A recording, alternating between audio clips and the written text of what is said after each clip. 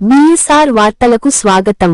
గోపరాజుపల్లిలో తెలంగాణ ఆవిర్భావ దినోత్సవం.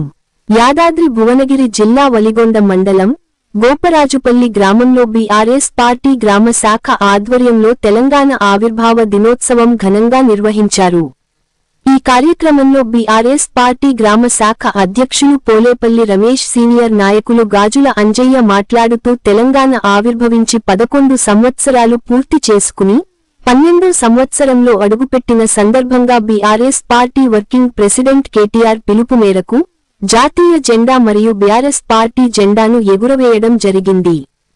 సుదీర్ఘ కాలం 14 సంవత్సరాల పోరాటం తర్వాత కేసీఆర్ నాయకత్వంలో తెలంగాణ రాష్ట్రం సాధించిన తెలంగాణకు 2 సార్లు ముఖ్యమంత్రి, ఈ రాష్ట్రాన్ని అన్ని రంగాల్లో అభివృద్ధి పథంలో పయనం చేసిన గొప్ప నాయకులు కేసీఆర్. ఇప్పటికైనా ప్రజలు ఆలోచన చేసుకోవాలని ఆయన అన్నారు.